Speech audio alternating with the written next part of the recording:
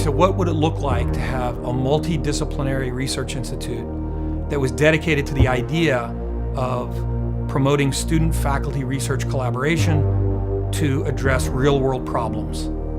At its core, the Institute is really a community of both faculty and student scholars and practitioners who are committed to doing research and creating new knowledge that will make a difference in the world. I ain't trading my youth for no suit and jacket. The idea with the Institute is to bring people out of their respective disciplines and departments around problems. What you see in the hallway or at the water cooler is geographers and economists working together. It's kind of like those think tanks that are in Silicon Valley, where you have all kinds of people coming together and sharing ideas. Problems in the real world don't respect disciplinary boundaries, and we don't either. 'Cause everybody I know is growing old too quickly. And I don't wanna go, no, how am I supposed to slow it down so I can figure out who I am? In American education, we tend to emphasize the differences of culture, societies, economies, and when you have an opportunity to actually do applied research overseas, you in fact are struck by how people have the same aspirations, whether you're in Tanzania or Williamsburg, Virginia.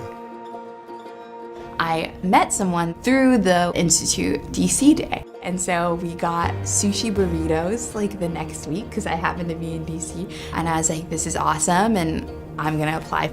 And I found out that I had gotten the job, and that's because of the Institute. My mom was really happy because it was great.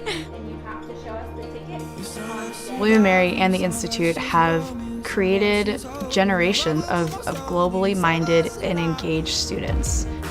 I became interested in data visualization because of the Institute. My closest friends worked with me at the Institute, and I still stay in touch with them to this day. The students are our research collaborators, but they're also family friends. How am I going to make a difference in the world? How am I going to change the status quo? We had the opportunity to practice these skills while we were there. I hope that 10 years from now, that I could hire a student coming out of the Institute. I knew there was a place I could actually be comfortable and get to know people and learn and develop as a student. I found mentors, I found friends, I found future professional colleagues, I found just a lifelong passion for asking the tough questions. We're already one of the best places to get a degree in international relations. We aspire to be the best place to do undergraduate research, and we're well on our way. We didn't seek out to construct a great culture and a great community, but our approach to research, I think, has done exactly that.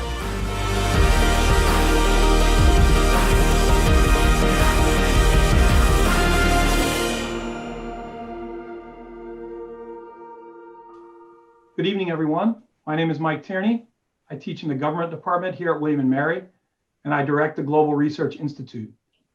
As you just heard in the video, GRI is a multidisciplinary research hub that brings students and faculty together to work on real-world problems. Our program tonight reflects our belief that good ideas can come from anyone. So instead of a gray-haired professor in conversation with Secretary Gates, 2 students will lead this conversation. Let me introduce our 3 guests now. Matt Crittenden, class of 2021, is a senior double majoring in international relations and data science. At GRI, Matt has worked as a research assistant at Data, facilitated health development research in the Dominican Republic, and developed a data analytics platform to support public education in the Philippines.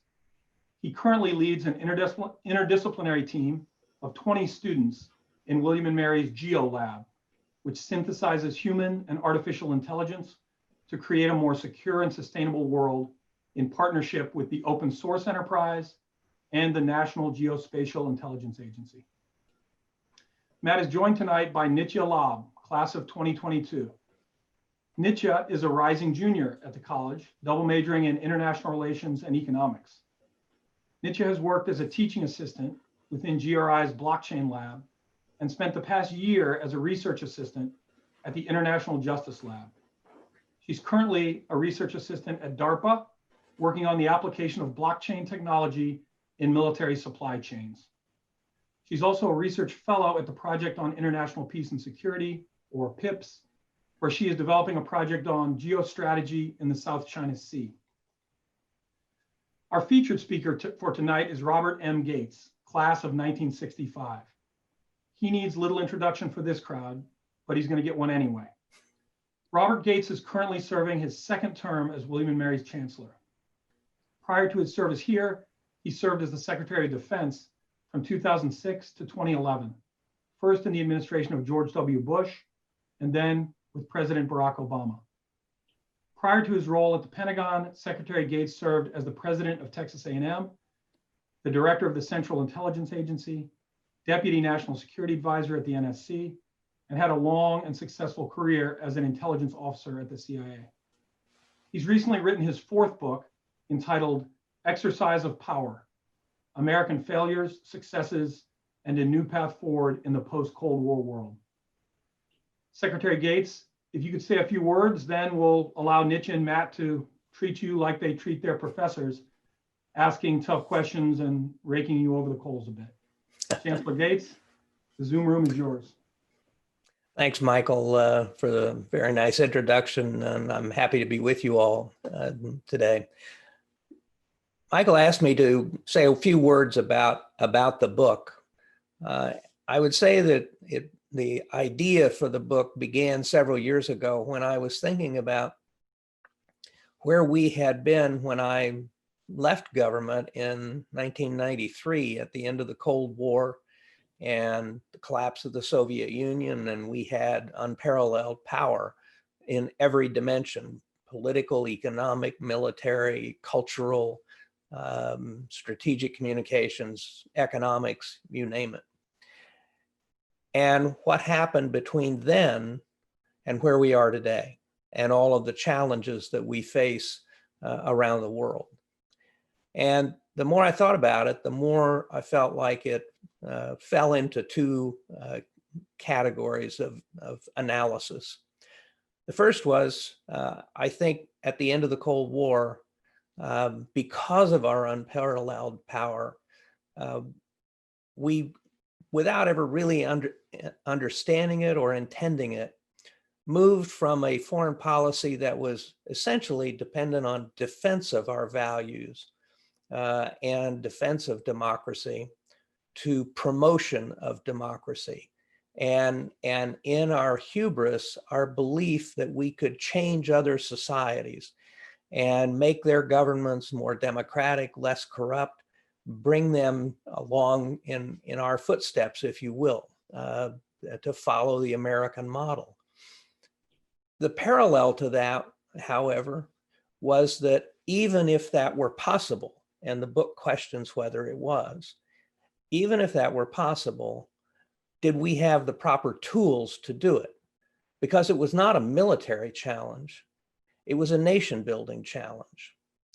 And what occurred to us beginning in Somalia and Haiti in the early Clinton administration, and then culminating in the invasions of Iraq and Afghanistan in 2003 and 2001, was that the military mission, in the case of Afghanistan, to expel the Taliban and Al-Qaeda, and in the case of Iraq, to get rid of Saddam Hussein, morphed from a military mission into the nation building mission. And yet the military was the only instrument of American power that we really had robust capabilities. And so the military was given responsibilities and missions that were not military. It was in reforming and building governments and nations. And so my argument in the book, and I look at 15 different case studies of every major foreign policy challenge over the last 30 years, was what happened to those non-military instruments of power that played such a big role in our success in the Cold War: strategic communications, development assistance, cultural activities, the long list of strengths that we had, the capabilities we had in agencies like USIA and United States Information Agency and so on. What happened to all of those?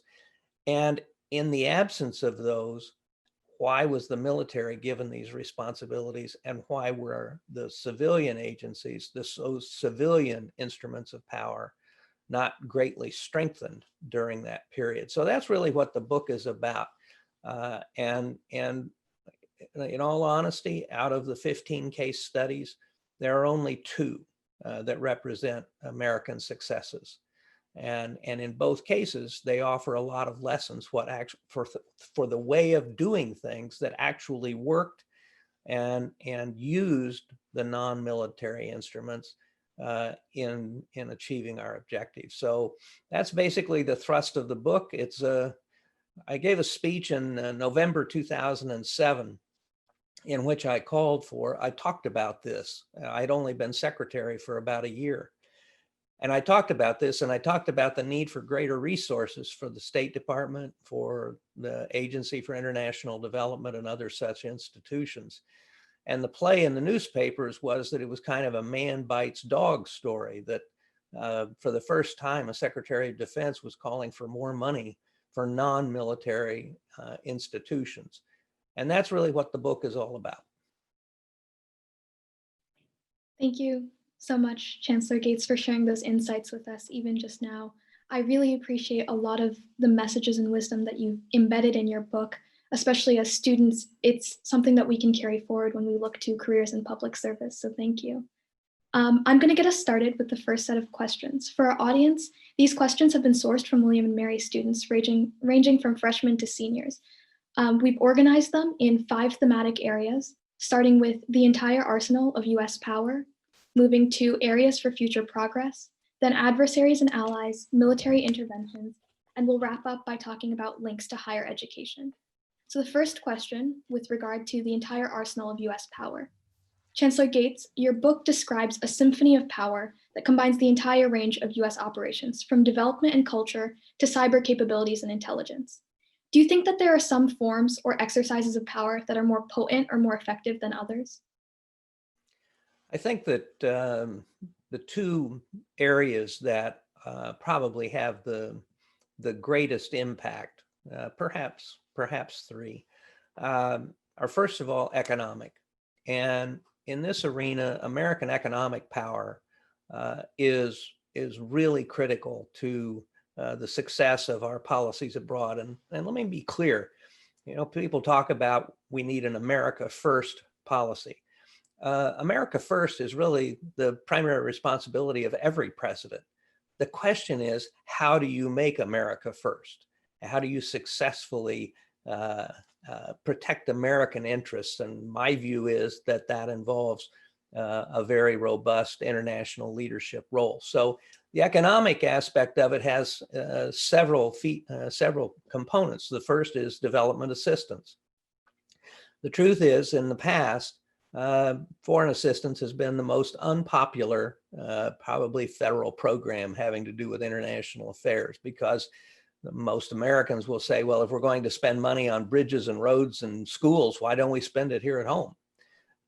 And I think that there's an exaggeration of how much we actually spend. Most people don't understand what a tiny fraction of the federal budget is represented, but also how these things advance our interests. So development assistance is one area. Another area, and frankly, the area where if we have any chance of competing with China's Belt and Road proposals, it is to figure out how to incentivize the private sector in America to invest in foreign countries, in developing countries, in projects that don't burden those countries with great debt, with white elephant projects, or with a lot of corruption, or projects that don't employ locals and teach them how to do things. So development assistance is critically important. I think strategic communications is really important. And it's not just about promoting our values and trying to promote democracy and reform, but it's also about informing people what other countries are doing, what Russia and China are doing. And about the level of corruption and the things that are going on inside those countries. So strategic communications is really important. And then I think in some ways, and I write about this in the book, I think cyber is probably one of the 2 or 3 most important instruments in this symphony of power.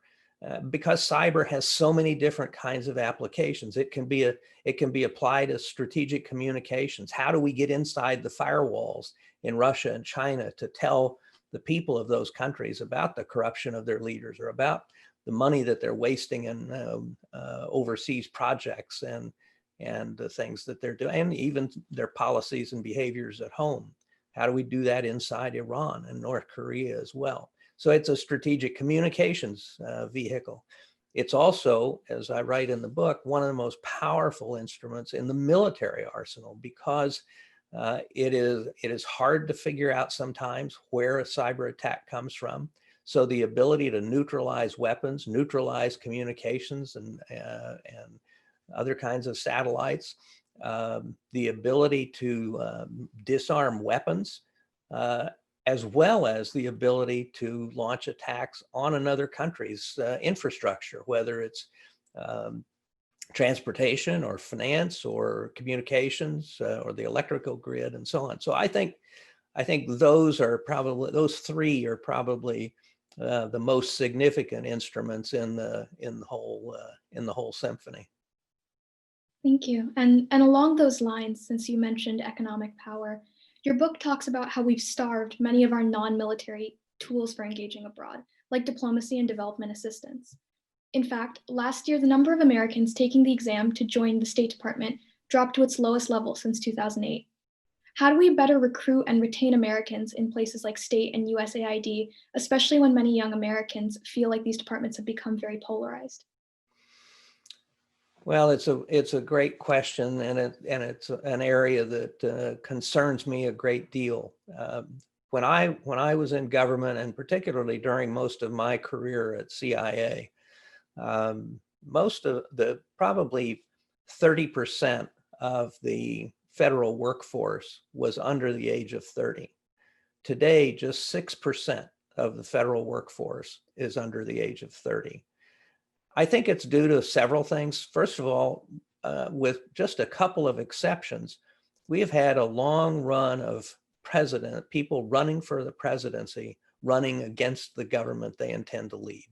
And it's been both Republicans and Democrats. And in fact, since I was a student at William & Mary, there have only been 2 presidents that have talked about the value and the importance to the country of young Americans going into government service. One was President Kennedy, who inspired me to go into federal government. And the other was the first President Bush, who talked about public service as a noble calling. All the others have run against the government. And so when you have politicians, and it's obviously not just presidential candidates, but members of Congress and others, essentially campaigning against the government they want to help run, it discourages young people from wanting to participate. I think at the end of the day, what's really critical is the president following policies and being public about the importance of young people serving the country and national service, and offering, if you will, moral leadership in terms of why this kind of public service is important. And like the first President Bush, talking about that such service as a noble calling. So I think a big part of the problem is the lack of leadership at the presidential level, both Republican and Democrat, over probably a generation now, who have contributed to discouraging young people. I think also polarization is an issue, but our government has been polarized since the very beginning. I mean, Jefferson and Adams called each other names that would fit right into today's political campaign. What we haven't had is paralysis, and I think when you have the perception that government programs aren't working, that there isn't forward progress in dealing with issues, it's another factor that discourages young people. So like so many other things, I think ultimately it's about leadership, and it's about persuasion of why it's important to serve. I want to follow up on this conversation about aid organizations generally. In a recent Foreign Affairs article, you argued that in shrinking USAID, the United States unilaterally gave up an important instrument of power. Thomas Liu, from the class of 22, and a former recipient of your scholarship, which allowed him to study abroad in London, is curious about the importance of strengthening US tools for development and information dissemination. How would you advise President Trump or a President Biden to strengthen the United States diplomatic and development infrastructure to regain lost ground? Well, I don't think that the way to fix the problem is simply to rebuild or restore the agencies that existed before. The truth is, both Republican and Democratic presidents were very unhappy with the way that U.S. development assistance projects were run by USAID, and felt that they really were more projects that helped the leaders of those countries than helped the people of those countries. And it was for that reason that I think we need to sort of start over and think freshly about how we address these. So for example, I think that the best example for how to properly administer development assistance programs is actually reflected in the Millennium Challenge Corporation that President Bush created, second President Bush created, that established a variety of criteria that countries had to meet in order to qualify for US aid. And it involved local involvement in the selection of projects. It involved a lot of accountability. It required input, both financial as well as political, by the local leaders and the country leaders.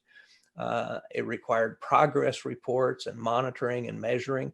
It also required, are these countries moving in the right direction in terms of corruption, in terms of education of their young people, in terms of the effectiveness, trying to improve the effectiveness of their government? And finally, were these countries friendly toward the United States? Were they willing to support the policies that we support in terms of reform and so on?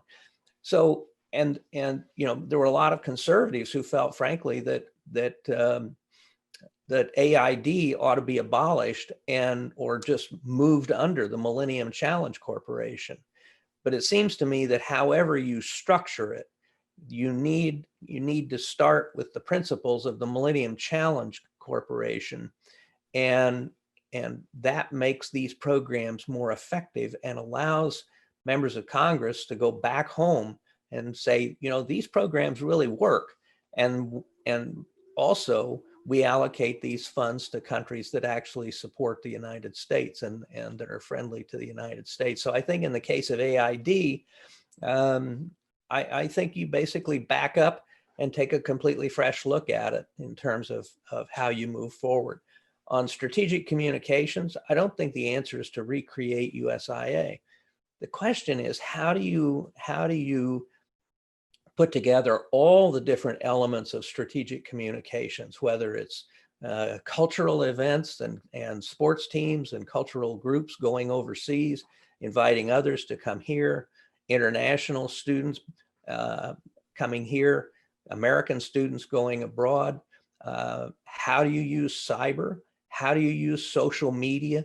These are all new things. Well, the exchange programs aren't new, but cyber and the use of social media are all new. And so how do you reframe the capabilities so that all of the different agencies in the United States government that have strategic communications programs actually coordinate them, and actually there's a strategy that is implemented by all of these agencies, all speaking with one voice, however many different avenues of communication they're using. So again, I think the answer is not to just throw some more money at old agencies or recreate old agencies, but how do we think freshly about this, and how do we restructure the national security apparatus to take that into account? Chancellor Gates, transitioning to our next topic on areas of potential progress, this question comes from Rory Fedorachko, class of 2022. A recent demographic study from the Bill and Melinda Gates Foundation said that by the year 2100, sub-Saharan Africa will more than double in population, while China's population will fall to about 730 million people. One can imagine the economic potential and social consequences of these population shifts. In light of this, how can American policymakers today create the foundations to secure the national interests of the United States going forward? I think there's both an internal and an external aspect to this. I think the internal aspect, and the truth is, it's not just China, but it's Japan, it's Europe. All these countries are going to face significant, and Russia are facing significant demographic changes and drops in their population, reductions in their population. The internal aspect of this, as far as I'm concerned, is immigration reform here in the United States.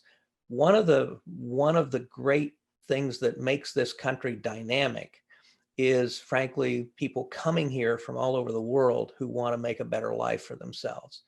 And you look at the number of American companies today that were either founded by or are run by people who were not born in the United States.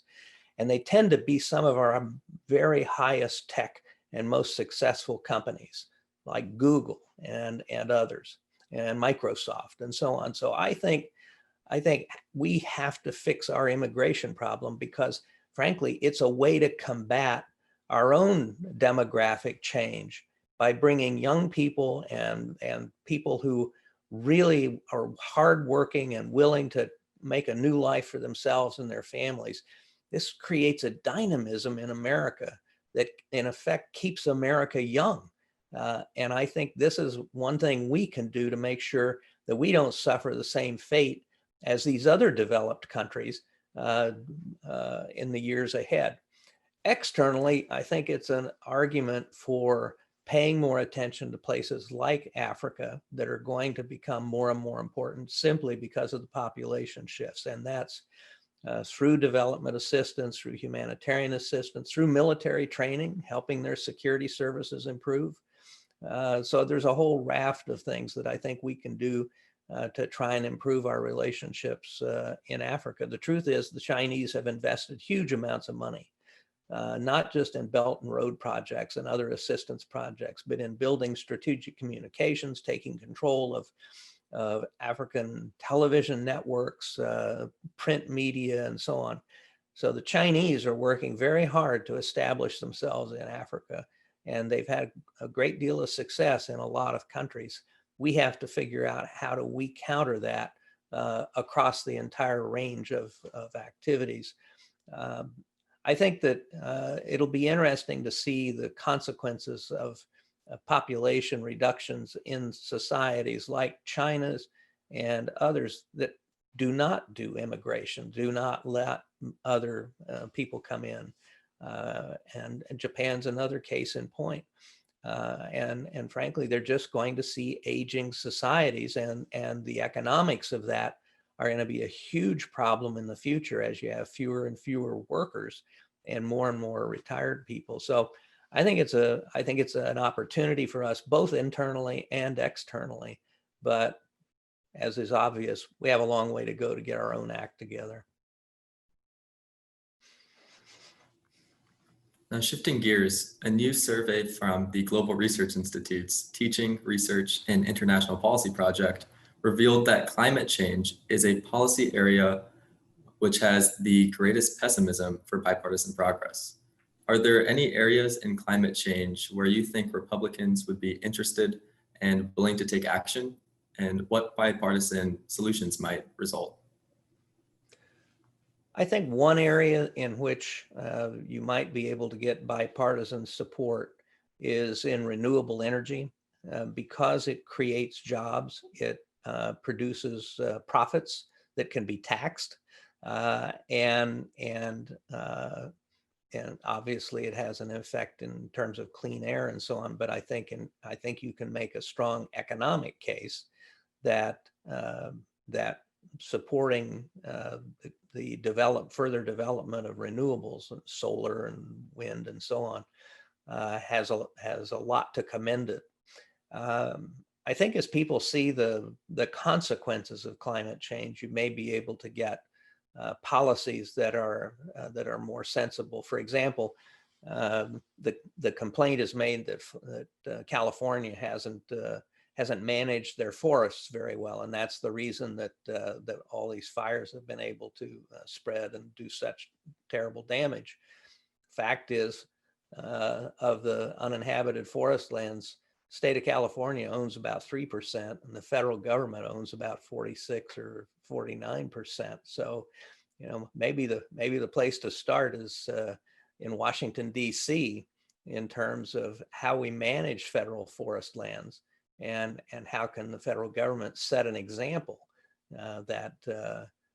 because the fires are going to affect both red states and blue states. It isn't just California and Oregon and Washington. It's Utah and Wyoming and Montana and so on.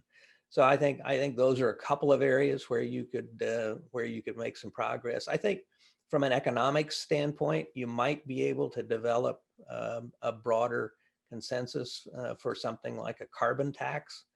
I think that, my view is that a lot of Republican politicians don't necessarily question the science of climate change. They may claim to for political purposes, but down deep, it's hard for me to believe that they don't accept the science of it. I think their concern, which is a legitimate one, is that if you take radical steps to deal with it, you could have a huge economic impact, a negative economic impact in the country. And how do you balance taking measures that reduce climate change or mitigate it at least, without significant disruption to the economy? And I think if you address step-by-step programs that have limited cost up front, but over the long term have enormous consequences, then it seems to me you might have the basis for some bipartisan progress. And this next question comes from Morgan Pinkham, class of 21. You've emphasized the need for American public support to ensure the success of U.S. foreign policy. How might the American people be convinced that non-military measures are just as or more effective than traditional military measures in protecting vital U.S. national security interests? I believe that the American people basically are isolationist and always have been. We basically just want to be left alone. We don't want the rest of the world. We don't want to intrude in the rest of the world. We don't want to send our military forces to countries most people can't even find on a map. And I'm talking about how average Americans look at the rest of the world. We basically just, we don't want to fight endless wars for reasons we don't understand. And so the role of the president becomes essential in educating the American people on why we need to be involved, why we need to exercise international leadership. Franklin Roosevelt at one point said, repeatedly during his presidency, said the primary task of the president is to educate, to teach, and help people understand. And that really, I think, is the critical role of the president in international affairs, to explain to the American people why we're doing what we're doing and why it serves American interests. But just to highlight how isolationist we basically are, literally 3 months before Pearl Harbor, the vote to extend conscription in the United States passed the Congress, passed the House by 1 vote. War in Europe was already raging. War in Asia was already raging. It was clear we were going to be involved, and yet it passed by that slim margin. So this is really one of the toughest tasks that I think a president has, and it's how do you persuade the American people that our engagement matters for our own sake? Leave aside idealism and so on.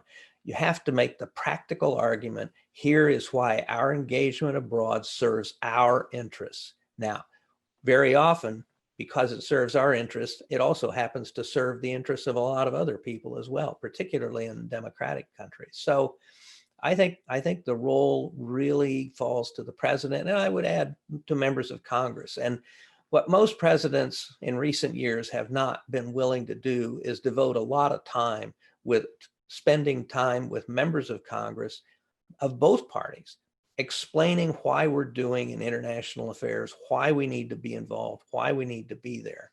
Because the members of Congress, if they understand that, regardless of party, they can be responsive to the questions of their constituents when they return home. And so they can become partners, if you will, with the president in helping Americans understand why we do what we do internationally. Building on Morgan's question, we're going to turn to military intervention. And you mentioned this in your previous response a little bit. You've warned about the danger of mission creep following the use of military force. Under what conditions would you withdraw forces, whether in South Korea or the Middle East? And under what conditions would you commit new forces? I think the way I would frame it is a little differently, and that is how are our interests being served or not served by our overseas deployments? So I would argue that our longer term interests are actually served by the presence of our troops in South Korea and the presence of our troops in Europe. In South Korea, those troops form an important deterrent to the North Koreans. And in Europe, those troops are an important deterrent to Russia. And in a way, Vladimir Putin has given new life to NATO by restoring it to its old mission, which is, how do you deter the Russians? And so in those places, I would keep troops because I think they serve our interests through a deterrent effect. Not to mention the fact that as Secretary of Defense, former Secretary of Defense, I can tell you it'd cost a ton of money to bring them home because you have to build a whole new infrastructure to house them and so on. In terms of withdrawing troops, again, I think it's a strategic decision. What purpose are the remaining troops that we have still in Syria? On the other hand, looking further to the east, does the total withdrawal of all of our forces from Afghanistan just give the Taliban open field running to overturn the gains that have been made by women and girls in particular in Afghanistan? Does maintaining a few thousand troops in Afghanistan long-term help give the government in Afghanistan a better chance of survival in ways that serve our interests? So I think these decisions need to be made on a case-by-case basis, and what serves our long-term interests. I think you always have to bear, if you're a decision maker in the American government, your decisions have to be based on what's in the best interest of America. I think that we have a lot of troops doing training and so on, and becoming engaged in Africa against terrorist groups. I think we need to look long and hard at those missions. And if they are, I'm all for training missions, but the question is, do we then get involved in military operations with those people we're training? And I think there's a thin line there, and we have to be careful about crossing it, because we just then have the potential of becoming more and more engaged. So I think when it comes to the use of military force, the bar should be very high. I don't believe in preventive war, of going to war to prevent somebody from developing a capability that someday will threaten us. That depends on a level of intelligence information and an accuracy to that information that most often it cannot bear that burden. It's not that great. So I think, and the best example of that is the absence of weapons of mass destruction that we discovered when we went into Iraq in 2003. You just mentioned that Vladimir Putin has breathed new life into NATO. Nearly a decade ago, you warned that NATO risked collective military irrelevance if our European allies didn't increase their contributions to NATO's budget. Looking at the numbers, in recent years, countries have increased their contributions to NATO's budget. But is this sufficient, given that an increased number of citizens do not support defending an ally against Russian attack? In other words, can NATO maintain its relevance in the 21st century? Well, as I just suggested, I think Vladimir Putin has helped make NATO more relevant, and certainly a growing number of nations, not just those in Eastern Europe and Central Europe, come to realize that, but others further west as well. You know, I think the key is, first of all, understanding that the issue that I was talking about in 2011 and that has been a source of concern is it really doesn't, the issue is not about what people contribute directly to the operation of NATO. The real issue and the commitment to spend 2% of GDP is on their own military capabilities. So the issue is not, should Germany give more money to NATO or to us? That's not the issue. The issue is why the Germans only allocate about 1.5% of their GDP to their military when they're the richest country in Europe. And when I was secretary, there were only 5 countries in NATO that contributed 2% of GDP, that spent 2% of GDP on their own military forces. Now, there has been an increase, as the Trump administration will tell you, there has been an increase in security spending in Europe, and a fairly substantial one. I've heard the figure $100 billion. But that's what these countries are spending on their own militaries. And so we have had a little progress, not enough. And there still are way too few countries spending 2%, that 2% of GDP. Again, it's a matter of political leadership. Most people are, they're not going to vote and say, we're ready to go to war for whoever or whatever in advance of any kind of a crisis. The example that I used of the United States as late as the fall of 1940 is an example of that. But I think that the key is remembering, and this was a point I kept making inside the U.S. administration, particularly when we were thinking about, in the Bush administration, second Bush administration, when we were thinking about including Ukraine, trying to get Ukraine and Georgia into the alliance. And I think we've lost sight of the fact that NATO was created as a military alliance, not as a diplomatic talk shop. And so the question I always had in the back of my mind was, are the American people willing to send their sons and daughters to fight in Georgia or in Ukraine or to fight for North Macedonia? I think that what we've seen is actually a change in the nature of the alliance from being a military alliance to a diplomatic and political alliance. And that's why you now have 30 members of NATO, because the truth of the matter is the question, if you put the question to the American people, which of those 30 countries are you prepared to send your son or daughter to fight for? I don't think you'd like the answer. So the President of the United States has to be in a position to argue why, if Article 5 were invoked, why it would matter, why it would be important for the United States to fulfill that responsibility.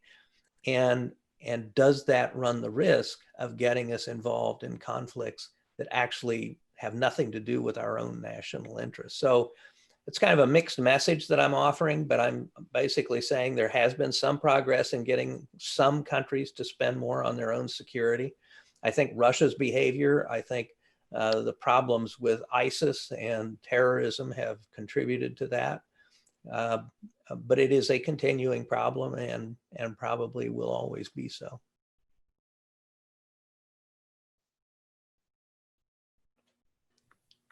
Shifting from our discussion on alliances to perhaps near-peer military adversaries, we're on the cusp of an election, and it's been widely reported that Russia is again trying to exert its influence. A new student-run research lab at William & Mary, the Disinfo Lab, is focused on a grassroots, bottom-up approach to track disinformation and educate the public about how to spot disinformation and the risks it poses to the United States. To complement these bottom-up responses, what would you recommend at the national level to effectively combat Russian disinformation strategies? Well, it goes back to my earlier answers in terms of our strategic communications capabilities. And what I write in the book is that I think that both in the case of Russia and China, but I would add Iran to that, is to give them a dose of their own medicine. How do we get past the firewalls? And I mentioned this earlier. How do we get past their computer firewalls to send our messages into those countries that reach the people of those countries, to let them know the facts about the corruption of their governments, the wasted money on projects, and the enormous corruption and so on. And, you know, they feel they're pretty immune to that kind of thing. And there's a great story to tell. You know, one of the reasons our strategic communications in all of its dimensions worked so well during the Cold War was we actually told the truth. And what we told the peoples of the Soviet Union and elsewhere resonated because it was consistent with what they saw with their own eyes. And, you know, you take Iran, all the demonstrations, particularly by students and others in Iran from the early 2000s through the Green Revolution in 2009 and the outpourings on the streets in 2018, they've got a pretty good sense of the corruption of their leaders, but not the same level of detail that we know. And if we can get that message in to those people, it's not only a dose of their own medicine, but I think has the potential to. I'm a big believer in democracy, but I believe that democracy has to come from inside a country. It has to come from an upwelling of commitment on the part of the people of that country that they want something different. Now we can help, and we have over the years helped in such circumstances, but information is key to that, and giving them the ammunition internally to be able to carry on that fight. The other thing we can do, obviously, and this is an area where I do think we have been, where our government has been increasingly aggressive, is shutting down some of these hacking sites in Russia in particular that have been spreading disinformation in the United States, and developing our capabilities to counterattack, if you will, and defend ourselves is against these sites is really important. So I guess what I'm arguing is we're doing a better and better job on defense in shutting down the hackers, which often are basically contract employees of the Russian government, as well as parts of the Russian and Chinese governments. But we need to do a better job on offense as well. And that means basically giving them a dose of their own medicine. You want to mess around with our internal affairs? We'll show you how that can really be done. And we did that pretty effectively during the Cold War. We just need to update the playbook to use modern technologies. I think we have time for just one more question. So I want to round us out by linking this whole conversation to higher education and students. Freshman Jack Bratton wanted your advice on how students can distinguish themselves in foreign policy and national security. So more broadly, how can William & Mary prepare future leaders like Jack to make a positive impact on a post-COVID, post-election world? Well, first of all, I think one of the places where William & Mary excels is in the percentage of its students that it sends overseas for one kind of an experience or another. That's a place to start. We had very few such opportunities when I was a student at William & Mary. In fact, they were almost non-existent. And the first time I went to Europe was when I was a member of a U.S. Negotiating team negotiating strategic arms with the Soviet Union when I was 29 years old. So the opportunities that William & Mary offers are really important. I think the other thing is to go back to the very first, or one of the early questions that you all asked, and that is, think about public service. Think about going into the federal government, whether it's in the State Department or AID or its successor agencies or intelligence community or the military. This is where you really can have an impact. And I think, frankly, the first years are the most fun years, because then you're out in the field and you're actually doing things, and the politics in Washington have very little impact on what you do. So I think my daughter has a friend who's in the Foreign Service, and she's been posted in Pakistan and in a variety of places like that, and had an extraordinary experience, and continues to love her career as a Foreign Service officer. So I would emphasize, with my background, public service, but I think there's also a raft of NGOs around in this country that are deeply engaged internationally, that offer opportunities if you don't want to be affiliated with the US government.